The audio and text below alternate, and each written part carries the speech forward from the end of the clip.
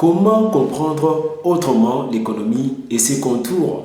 Bonjour et bienvenue à tous, très positif, j'espère que vous allez bien. Moi également, je me porte très bien. Alors, avant tout, je dois vous rassurer, ok? Je dois vraiment vous rassurer que le contenu de cette vidéo, c'est un contenu qui est accessible à tout le monde. C'est un contenu qui est accessible à la grande masse, au grand nombre. Et donc, ne vous inquiétez pas ou n'ayez pas l'impression comme si cette thématique est apparemment accessible exclusivement aux économistes ou bien aux étudiants en sciences économiques, aux intéressés ou encore aux initiés dans ce domaine. Loin de là, vous allez le comprendre très facilement à travers comment je vais vous l'expliquer. Alors, autre chose que je vous demande de faire, c'est de ne pas apprécier cette vidéo par sa thématique. Donc la seule chose que je vous demande, c'est plutôt de pouvoir procéder par une profonde analyse du contenu de cette vidéo ou de cette chaîne. C'est par ces moyens-là que vous aurez justement la possibilité de pouvoir évaluer si le contenu convient pour vous ou pas, ou encore par ailleurs s'il y a la nécessité de vous abonner à la chaîne ou pas. Et pour le faire, vous n'avez qu'à rester jusqu'à la fin, vous n'avez qu'à me regarder jusqu'à la fin, parce qu'il n'est que par ces moyens-là que vous aurez la possibilité de pouvoir faire cela. Alors, venons-en maintenant à la thématique, comme je l'ai dit, comment comprendre autrement l'économie et ses contours. Vous allez vous rendre compte que dans la formulation de la thématique, il y a un concept important que j'ai rajouté. Pour être plus simple, j'aurais tout simplement dit comment comprendre l'économie et ses contours. Mais si j'ai rajouté le concept autrement, ça a un sens et ça a une signification un peu supplémentaire dans la configuration de la thématique. Alors pourquoi j'ai rajouté ces concepts-là? Alors la présence du concept autrement est justifiée tout simplement par la simplification du contenu. J'ai fait un effort de pouvoir rendre le contenu un peu plus simple. En fait, le vocabulaire que j'utilise ici, c'est un vocabulaire qui va vous faciliter la compréhension. Mais avant de vous avancer cette définition, je dois vous signaler également un autre élément très important, c'est que la définition ou les éléments que je vais avancer ici relatifs à l'économie, ce sont des éléments que je vais puiser tout simplement dans ce à quoi nous nous livrons tous les jours. Parce que ce sera une manière pour moi de vous démontrer à suffisance que l'économie en fait partie de notre quotidien. Donc vous allez tout comprendre de façon plus simple et beaucoup plus facile, parce que je n'ai pas utilisé le vocabulaire techniquement réservé aux économistes, mais je vais utiliser un vocabulaire qui sera en tout cas accessible à tout le monde. Et parce que nous sommes à la recherche de cette définition, je vous invite justement à suivre religieusement et à me suivre religieusement. Et si vous avez un papier ou vous avez un stylo, mettez-le déjà à côté, parce que chaque minute dans cette vidéo sera une véritable opportunité pour vous d'apprendre davantage sur l'économie. Tous les jours dans notre vie, entre le réveil matinal et le sommeil nocturne, nous sommes butés à une bagatelle des besoins, à une kyrielle des besoins. Nous sommes confrontés à plusieurs besoins. Besoins pour lesquels nous sommes bien sûr à la recherche de la satisfaction. Ça veut dire que tout ce que nous entreprenons tous les jours, tout ce que nous faisons tous les jours comme activité, tout ce que nous entreprenons comme action, en fait, sont généralement axés ou orientés vers la possibilité de trouver satisfaction aux besoins auxquels nous sommes confrontés tous les jours dans notre vie. Et cette satisfaction est conditionnée par la disponibilité de biens et services. Il faut qu'il y ait la disponibilité de biens et services, parce qu'il n'y a qu'en consommant que nous aurons justement la possibilité de pouvoir trouver satisfaction aux besoins auxquels nous sommes confrontés. Donc il faut que le bien et service soit disponible pour que nous puissions nous attendre à une quelconque satisfaction à nos besoins. Mais ces biens et services, nous devons les trouver quelque part. Ces biens et services, nous allons les trouver justement sur le marché. C'est sur les marchés que nous allons justement retrouver le bien et services qui vont nous procurer satisfaction. Mais lorsque nous allons sur les marchés, nous n'allons pas nous procurer ces biens gratuitement, comme ça, sans débourser quoi que ce soit. Non, pas du tout. Sur les marchés, attention, l'acquisition et l'utilisation de biens et services qui vont nous procurer satisfaction sont conditionnés par l'opération que nous appelons justement l'achat. Donc, ces biens et services, nous devons en réalité les acheter avant de nous attendre à une quelconque satisfaction qui puisse provenir d'eux. Maintenant, cet achat, à son tour, est conditionné également par la disponibilité de revenus. Nous devons avoir un revenu. Il faut un revenu parce que c'est le revenu ou c'est les moyens socio-économiques de base que nous disposons qui vont nous permettre justement de pouvoir acheter ces biens pour pouvoir procurer satisfaction aux besoins auxquels nous sommes confrontés. Mais malheureusement, ces revenus est limité. Comme ces revenus est limité, ça veut dire que nous allons beaucoup plus compter sur le choix que nous allons opérer. Et donc, le choix ici sera une notion très importante et un élément très important, des bases même, pour déterminer le volume de satisfaction que nous allons retirer de la consommation des biens et services que nous allons acheter sur le marché avec notre revenu. Parce que notre capacité financière est tellement insuffisante que nous serons obligés de pouvoir nous appuyer sur le choix que nous allons opérer sur les marchés. Donc, c'est ce choix justement qui va déterminer notre volume de satisfaction. Alors, j'espère que vous avez compris, c'est très facile, vous vous rendez compte que la scène devient un peu plus facile à comprendre. Maintenant, parce que vous savez que nous sommes à la recherche de la définition. Alors, comme je vous avais dit, je veux définir l'économie non pas en posant sur Google ou bien dans un ouvrage quelconque. Je vais vous expliquer la définition de l'économie et certains de ses contours à travers ce que nous vivons tous les jours parce que l'économie fait partie de notre quotidien. Rien qu'à partir de cette petite explication, je vais vous expliquer ce que moi j'ai compris de l'économie, du point de vue définitionnel, s'il vous plaît. Alors, vous allez comprendre que dans les éléments que je viens d'expliquer, il y a plusieurs éléments que je viens d'évoquer, mais le choix occupe une place très importante. La définition que j'avance ici est mienne. Okay? C'est une définition qui est mienne, que j'ai compris sur base de ces éléments que je viens d'expliquer. Si je comprends bien, l'économie, c'est l'ensemble des choix. L'ensemble des choix que nous opérons sur les marchés, bien sûr, et l'impact de ces choix sur la production des ressources, leur utilisation et leur affectation en vue de la satisfaction de nos besoins. Donc, je réponds, l'économie, c'est l'ensemble des choix que nous opérons sur les marchés, bien sûr, et l'impact de ces choix que nous opérons sur la manière dont les ressources seront produites, seront utilisées et seront affectées en vue de la satisfaction de nos besoins. Alors, comme je l'ai dit, cette définition est mienne. Maintenant, ce que je vous demande de faire, c'est de définir aussi l'économie selon vous, selon les quelques éléments que je vais expliquer, surtout sur base de ces petits schémas. C'est un schéma petit, mais costaud. C'est un schéma petit, mais très costaud. Alors, je vous demande de m'avancer dans le commentaire, d'insérer un commentaire, ce que vous avez compris de l'économie, la définition que vous pouvez avancer relativement à ce que je viens de vous expliquer. En 2 lignes seulement, n'allez pas trop loin, en 2 lignes seulement. Alors, cette définition n'est pas la définition universellement reconnue de l'économie, non pas du tout. Mais ne vous inquiétez pas, dans la majorité des définitions contenues dans la majorité d'ouvrages qui parlent d'économie, vous allez probablement retrouver les éléments que je vais vous exposer tout de suite. Vous allez retrouver par exemple la gestion des ressources rares.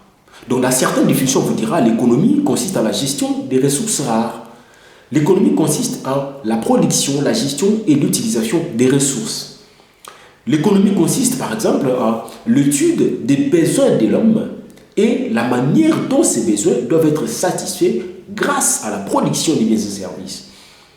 L'économie, on vous dira que l'économie consiste justement à l'étude de l'organisation des moyens de l'État en vue de leur orientation pour la satisfaction de besoins de toute la société.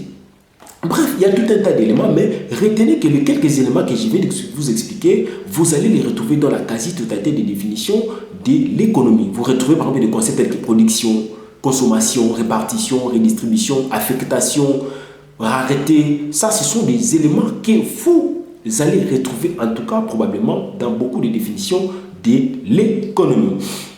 Maintenant, elle est revenue de vous exposer un élément très important. Un élément très important, vous allez vous en rendre compte tout de suite. Et je vais vous partager 3 concepts. Je vais vous partager seulement 3 concepts. Ces 3 concepts constituent la porte d'entrée vers la compréhension des notions de base de l'économie, des fondamentaux de l'économie. Alors, le premier concept que je vais vous partager, c'est ces concepts. C'est l'arbitrage. Il s'agit de l'arbitrage. Alors, beaucoup vont peut-être dire, mais qu'est-ce que veut faire encore l'arbitrage ici? Parce que certains diront que l'arbitrage est exclusivement réservé au domaine du foot ou bien du sport en général. L'arbitrage, je vais l'associer au choix. Rappelez-vous, dans la définition, nous avons dit que l'élément central, l'élément pivot dans la définition, c'était le choix. C'était le choix qui était l'élément central. Et ici, nous allons établir justement un rapprochement entre le choix et puis l'arbitrage. Mais la question qu'on va se poser, c'est peut-être de savoir où est-ce qu'on va placer cet arbitrage. Mais quel est le contenu que nous attribuons à l'arbitrage?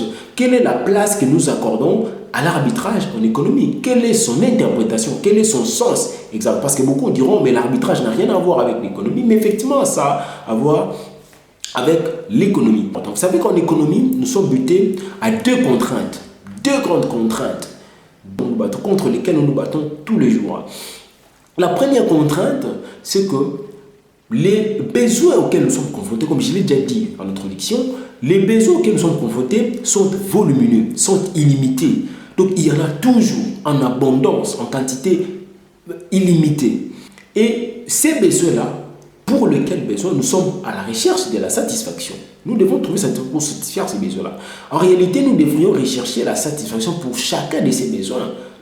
La deuxième contrainte maintenant, c'est quoi? C'est que la capacité financière, les moyens, les revenus à notre disposition est limitée. Est limité en quantité. Comme notre revenu est limité en quantité, ça veut dire que même ce que nous aurons acheté, ce que nous aurons acquis, sera aussi limité en quantité.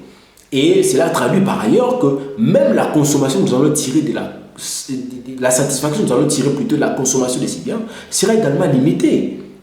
Alors face à ces deux contraintes, qu'est-ce qu'il faut? Nous allons compter sur l'arbitrage. Dans l'arbitrage ici, il est question de trouver juste le juste milieu. Trouver le juste milieu, ça veut dire qu'il faut opérer un choix qui sera rationnel et qui sera judicieux. Ça va me permettre tout simplement de trouver le juste milieu. Choix qui va vous permettre non seulement de pouvoir acquérir une quantité qui va vous procurer véritablement la satisfaction que vous recherchez, mais également qui va correspondre à votre capacité financière. Et par ailleurs, un choix que vous n'aurez pas regretté. C'est ça le sens du rationnel et du judicieux. Le rationnel, ça veut dire j'opère un choix qui me procure le maximum de satisfaction que je recherche, mais un choix qui correspond également à ma capacité financière. Mais aussi un choix que je n'aurais pas regretté. Comme je n'aurais pas regretté ce choix, ça veut dire que je dois bien réfléchir sur le choix que je vais opérer. Maintenant, comment est-ce que nous allons faire pour que nous ne regrettions pas notre choix, pour que notre choix ne soit pas décevant? C'est là où justement intervient le deuxième concept, c'est l'attirance. L'attirance, c'est le deuxième concept. Dans l'attirance, vous voyez le concept attirer. Ça veut dire que nous sommes attirés, nous sommes captés, notre attention est captée. Mais nous sommes attirés par quoi? Nous sommes captés par quoi? En fait, nous sommes attirés par les biens et services qu'il y a sur le marché. Le biens et services qu'il y a sur le marché, ça veut dire que notre volonté nous amène justement à nous rendre sur le marché pour chercher des biens et services, chercher des produits qui vont nous procurer la satisfaction. Mais ces produits, ces biens et services nous attirent. Ces biens et services sont munis d'un pouvoir d'attraction. Ça constitue pratiquement un pôle d'attraction. Alors, c'est ici où nous allons parler justement de quelques éléments constitutifs de l'attirance. Ça veut dire que l'attirance contient un certain nombre d'éléments qui font justement son pouvoir de nous attirer sur le marché. Il y a notamment la nature du produit. La nature du produit que nous voulons acheter ou du service que nous voulons utiliser justement sur le marché. Et lorsque je parle de la nature, je vois par exemple la composition, les procédés de fabrication, la date de péremption, mais il y a aussi la qualité du produit. Les produits, à quelle qualité? La qualité du service. Il y a aussi le prix pratiqué par les producteurs, les prix pratiqués par l'offreur qui vient disposer ses biens et services sur les marchés. Il y a aussi le lieu de disponibilité, le lieu de commercialisation. Il y a aussi la disposition du marché, la configuration du marché. Et il y a aussi la nature de gens qui viennent fréquenter les marchés. Et donc, le producteur va disposer ses biens et services sur un marché qui a un certain trafic, qui a une certaine configuration, qui a une certaine disposition. Et ça, c'est les éléments principaux qui constituent le soubassement. Le soubassement de l'attirance et qui constitue justement la source de pouvoir de l'attirance pour pouvoir nous capter sur le marché et aller acheter. Et vous savez que ça, c'est parmi les éléments qui sont utilisés par des entrepreneurs, utilisés par des enfants, utilisés par des producteurs. Parce qu'il n'est que par ces éléments-là qu'un offreur peut s'attendre à trouver un débouché sur le marché, à trouver des potentiels clients sur le marché. Les grands entrepreneurs misent beaucoup sur ces éléments-là. Et ces éléments font partie de ces concepts que je vous partage aujourd'hui, l'attirance. Le troisième élément, c'est quoi? C'est l'information secondaire. L'information secondaire. L'information secondaire, c'est quoi? Vous savez que dans les éléments constitutifs de l'attirance, bon, je l'ai oublié, il y a l'information. Ça veut dire qu'un producteur qui vient mettre son produit sur le marché, qui vient les disposer sur le marché, il accompagne ses produits d'une certaine information. L'information officielle, l'information qui est directement rattachée à la fabrication du produit. Donc, les fournisseurs ou les producteurs vont par exemple vous dire que mon produit contient telle composition, contient tel bienfait, va vous procurer tel avantage, mon produit contient telle vitamine, telle protéine, etc. Donc ça, c'est l'information disponible grâce aux producteurs. C'est l'information officielle. Mais ici, moi, je vais vous partager ce qu'on appelle l'information secondaire. L'information secondaire, c'est l'information informelle. C'est l'information occulte. C'est l'information qui n'a rien à voir avec ce que le producteur a mis à votre disposition à travers les campagnes de marketing, etc. L'information secondaire, c'est une forme d'information qui repose principalement sur le témoignage. Les témoignages de qui et de quoi? En fait, il s'agit du témoignage propagé par les personnes qui ont déjà utilisé ces services, qui ont déjà consommé ces produits. Les témoignages de ces gens-là sur ce qu'ils ont expérimenté en consommant ou en utilisant ces services, c'est ça la source de l'information secondaire. Ne vous appuyez pas trop sur l'information formelle disponibilisée par les producteurs, parce que très souvent, l'information formelle qui accompagne un produit sur le marché, c'est une information qui est munie de couleurs du marketing. C'est muni de couleurs marketing et très à travers les publicités.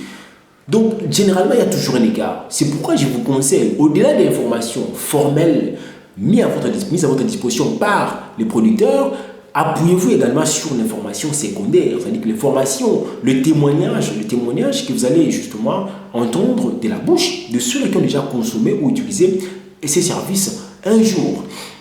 Et il n'y a que grâce à ces trois concepts. J'ai dit il y en a d'autres, parce que les autres concepts, je vais vous les partager peut-être dans l'avenir, mais aujourd'hui, je ne me limite qu'à ces trois concepts-là. Je vous rappelle, il s'agit de l'arbitrage, l'attirance et puis l'information secondaire. Donc, ce sont les trois concepts qui constituent pratiquement les idées forces de l'économie et de toute analyse économique. Alors, quant à moi, je vous dis, si vous trouvez que vous avez disposé plus que moi, ou vous connaissez plus que moi, ou bien vous avez des éléments importants que je pourrais peut-être dans l'avenir rajouter, eh bien, vous n'avez qu'à les mettre justement dans le commentaire et je serai heureux, n'est-ce pas, de le voir. Et quant à moi, je vous dis au revoir et à la prochaine pour une nouvelle vidéo. Tout sera axé sur l'économie. J'insiste, ici vous allez comprendre autrement l'économie.